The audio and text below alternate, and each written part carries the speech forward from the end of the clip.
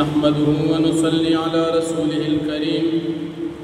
أما بعد فأعوذ بالله من الشيطان الرجيم بسم الله الرحمن الرحيم إنك لا تسمع الموتى ولا تسمع الصم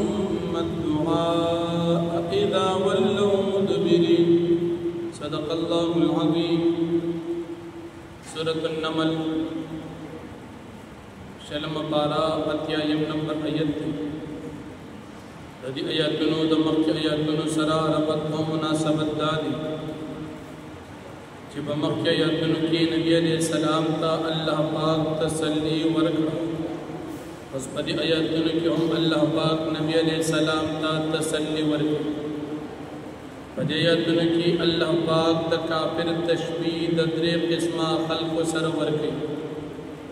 اولنی قسم کافر پشان د مړی دی دویم قسم کافر پشان د کون دی او دریم قسم کافر پشان د وړون دی اول قسم پشان د مړی دویم پشان د کون او دریم قسم پشان د وړون الله جل شانه نبی علیہ الصلوۃ والسلام ته تسلی ورکړي چې تخفکیګه ما کدا کافران استا پیغام نه قبلې زکدی په پیغام نه قبل ولو کې پشان د مړو دي دی په پیغام قبل ولو کې پشان د کڼو دي او دی په پیغام قبل ولو کې پشان د ړندو دي الله جل شانه په دې کې د کافر سره د کافر تشبیه د دې درو سيزونو سره ورکړي اوس په دې کې موږ تاسو یو مسلې طرف ته لگ توجہ کو چاغه مسله په قبر کې د مړو د اوریدو او د نه اوریدو دا مسله یاد ساتي د مړو د اوریدو مسله د دې درې سورتونه اولنې سورت چې دا قبر کې کوم مرده دی دا پیغمبر وي پیغمبران په خپل قبرونو کې وفات نبات دفن شوی دی آیدی قبر کی اوریدل کوي او کنه کوي دا مسله پنځ اهل سنت والجماعه سلور مذهب مسلمانانو اجماعي اتفاقی ده چې پیغمبران په خپل قبرونو کې اوریدل کوي لکه څنګه چې علامہ رشید احمد گنگوہی رحمت اللہ علیہ په خپل کتاب فتاوا رشیدیہ کې لیکلي دیم مسئلہ پا قبر کی دا فرشتو دا سوال جواب دا مردہ دا اوریدو دا قبر کی دی مردہ دا فرشتی راشی سوال جواب کی بکی دیا اوری کن اوری نو دا مسئلہ دا اہل سنہ والجماعہ سلور مذہب دا مسلمانان اتفاقی اجماعی دا چی پا قبر کی مردہ نا تپوسن کی گی دا فرشتی دا خبری دا مردہ اوری دا اہل سنہ والجماعہ اجماعی اتفاقی موقف دریم صورت په دې قبر کې د مردا دفن دي بهرانه سړی ور سره ولاړ دي قبر سره خوا کې خبرې کوي یا تلاوت کوي یا سلام اچي آیا دا قبر کې دا مردا د دنیا والا خلق خبرې اوري او کنه اوري نو په دې مسله کې د دور صحابه کرامو نه اختلاف دي مفتی اعظم پاکستان مفتی محمد شفیع رحمت الله علیه پدی خپل کتاب معارف القرآن جلد نمبر 6 صفحہ نمبر 602 کی لکھی چې په قبر کې د مرداد اوریدو او د نه اوریدو پدی مسله کې عبد الله ابن عمر رضی الله عنه د سماع موتا قائل او ام المؤمنین عائشہ صدیقہ رضی الله عنها د قبر د مرداد اوریدو نه منکر ده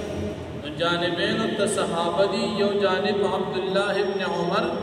او دیم جانب حضرت ام المؤمنین عائشہ صدیقہ رضی اللہ عنہا معلومات شو چې دا مسئلہ د دور صحابون اختلافی ده لکه دا مسئلہ علماء دیوبند په ټولو کتابونو کې لیکلي چې دې مسئلہ کې د صحابو د دور نه اختلاف ده مفتی کفایت اللہ دہلوی پخپل کتاب کفایت المفتی کی لکی چې دا مسئلہ د سماع موتا د دور صحابہ نے اختلافی دا او بیا لکی کسی ایک جانب کی تفسیق تذلیل تکفیر تجہیل جائز نہیں زکدا دور باڑ جانب صحابہ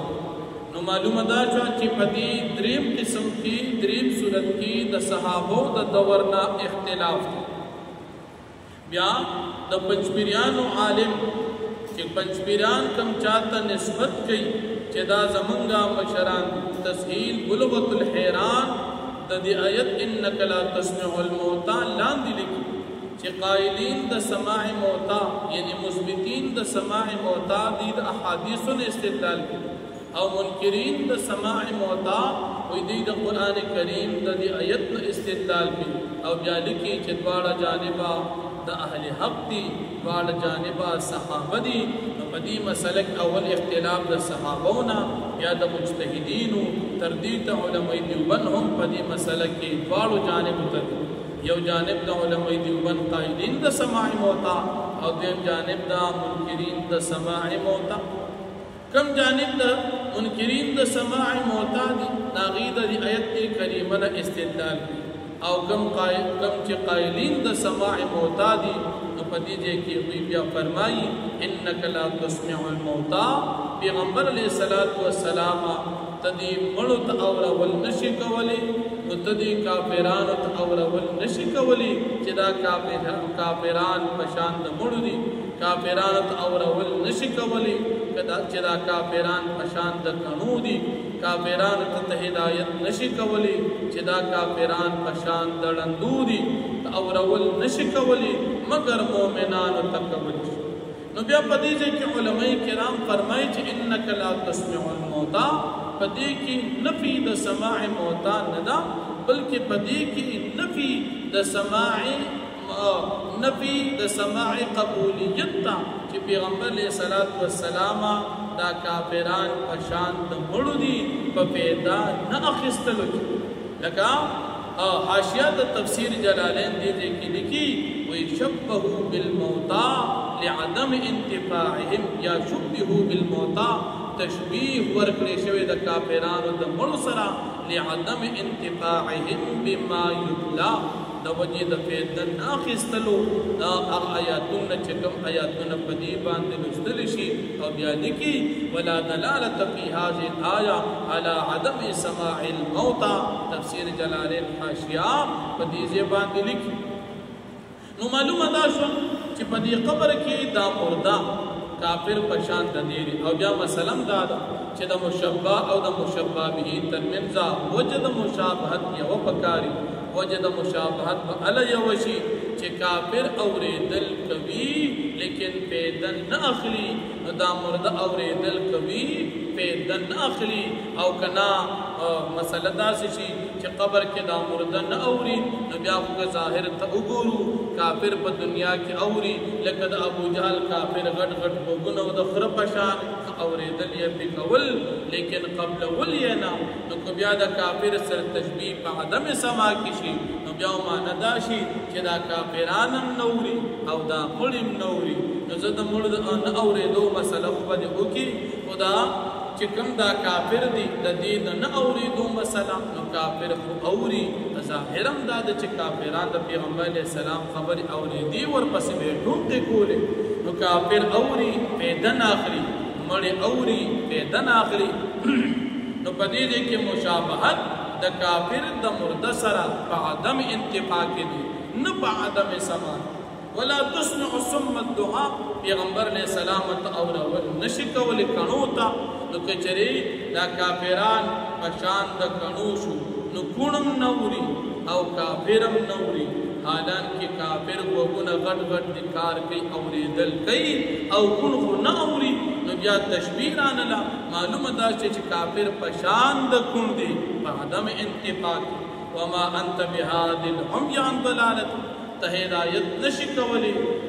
اړندوتا نو پدې دې کې کافر پشان دړون دي نو کافر پشان دړون هدایت نه ویني لار د هدایت نه مومي کافر لار د هدایت نه مومي کافر پشان دړون دي نو که دړون نظر نه لګي او د کافر هم نظر نه لګي نو دا خو د ظاهر خلاف تا معلومه دا شوا چې کافر پشان دړون دي په عدم انتفاع کې کافر داسې پیدا د دین نه ناخلي د هدایت نه ناخلي لکه څنګه چې لونتې نه پیدا ناخلي او د هغې دپاره قرینا ان تسمع الا من یؤمن بآیاتنا ته اورول نشي کولی مګر هغه چا ته چې هغه ایمان لري په آیاتونه زمونږ باندې ایمان والا خلق اورول کولی شي. معلومه دا شوه اورول کول مراد دې نه پیدا اخیستل ستا د بیان او ستا د خطاب او ستا د دعوت او ستا د دین نه دي هغه ته مؤمن پیدا اخلي. کافر نالي ځکه کافر پشان د مردا پشان د ګون پشان د ړوند دي. مؤمن اخلي نو دې پشان د ړوند او د ګون او د مرده پشان نه دي بلکې کافر پشان د مؤمن پشان د ژوندي کافر پشان د مړي. مومن پشان د بینا کافر پشان د نابینا. مومن پشان د اوریدونکي او کافر پشان د کونو. معلومه دا شوه چې په دې ځای کې تشبیه په عدم انتفاع کې. اوس په دې ځای کې جانبین صحابه کرام دي اهل سنت والجماعه وي دواړو جانبو ته به حق دي. که قایلین د سماع موتا دي د منکرینو د سماع موتا به تکفیر تجهیل وغیره نه کوي او که د منکرین د سماع موتا دي نو د قایلینو د مثبتین د سماع موتا به تکفیر تذلیل نه کوي. دا د اهل سنت والجماعه مسله شو. د دې په خلاف د پنځپیریانو عقیده پنځپیریان په خپلو ټولو کتابونو کې لیکي چې سماع موتا دا شرکي کفري عقیده ده. یعنی چې کوم خلک وایي چې په قبرونو کې دا مرده اورېدل کوي د دې د عقیده د شرک او د کفر ده.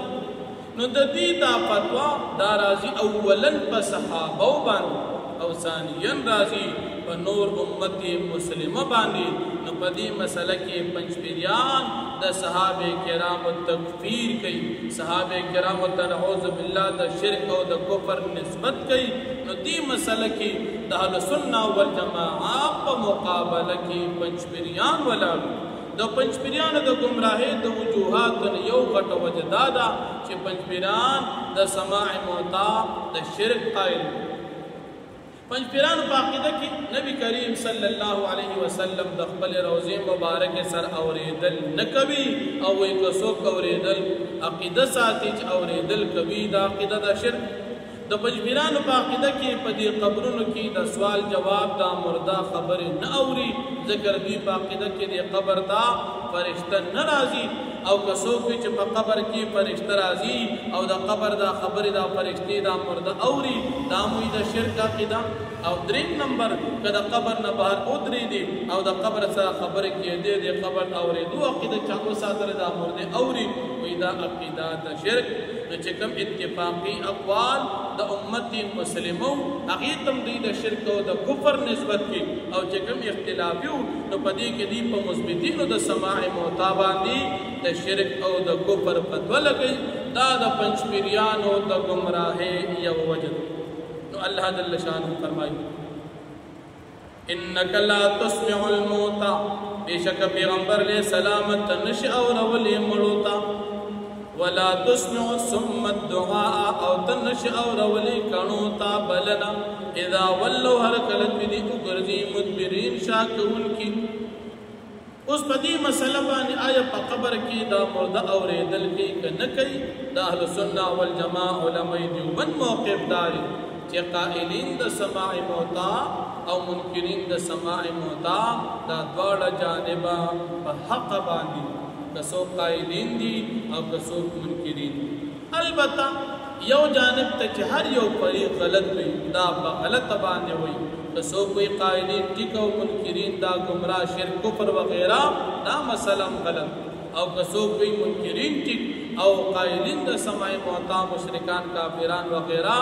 دا عقیدی والا هم غلط. اهل سنت والجماعه موقف تاسو ته بیان کو چې دا د دور صحابو نه اختلافي مسله را روان دواړو جانبو کې به یو جانب ته هم غلط نه ویل کېږي. نو د اهل سنت والجماعه موقف په دې مسله باندې الحمدلله ترجمان علماء دیوبند استاد محترم حضرت مفتی محمد ندیم محمودی صاحب دامت برکاتهم العالیہ د پنځپیرانو سره یو بهترینه مناظره هم کړې ده او پنځپیران نے بار بار مطالبه کړې ده چې تاسو وایي چې سماع معتاد شرک او کفر دی یو دلیل د قرآن یا د حدیث دا یا د صحابو نه اوښایي موږ به ومنو لیکن په ټوله مناظره کې پنځپیرانو د خپل عقیدې دپاره هیڅ قسم دلیل پیش نه کړی شو او بیا به وي ګوره فلاني آیت کې راځي چې مرده نه وو فلاني حدیث کې راځي وغیرہ مفتی سے محترم او تیز دواړه جانبو ته ټیک وي که څوک وي اوري دا ټیک که څوک وي نوري دا جانب هم ټیک تو خو د جانب مقابل تکفیر او د شرک او د کفر نسبت کې تو په خپل موقف باندې دلیل پیش کا لیکن د مناظرې تر اخره پورې بیا هیڅ قسم دلیل په خپل عقیده چې سماع معتاد شرک او د کفر عقیده دلیل پیش نه کړی شو وما انت بهاد لهم یوتنی پیغمبر علیہ السلام ہدایت کو ان کی لار خود ان کی لندوتا ان ضلالت د گمراہینا یو لندی او گمراہ دی طاقت ہدایت نشی کولی مراد دینا کافر دی چی دی کافر پشان د لندی پا ہدایت نقبل ولکی د دن پا پیدا ناخستلو ان تسمیعو توراول نشی کول الا من یؤمن بی آیاتنا مگر اگا چاہتا چاہ ایمان نوڑی زم پایاتن باند یعنی استا اورولو نا پیدا ناقنی مگر اگا سوک چی ایمان لری زم پایاتن باندی فهم مسلمون پس دی مسلمانان دی مخلصین او نیکان خلق دی واخدا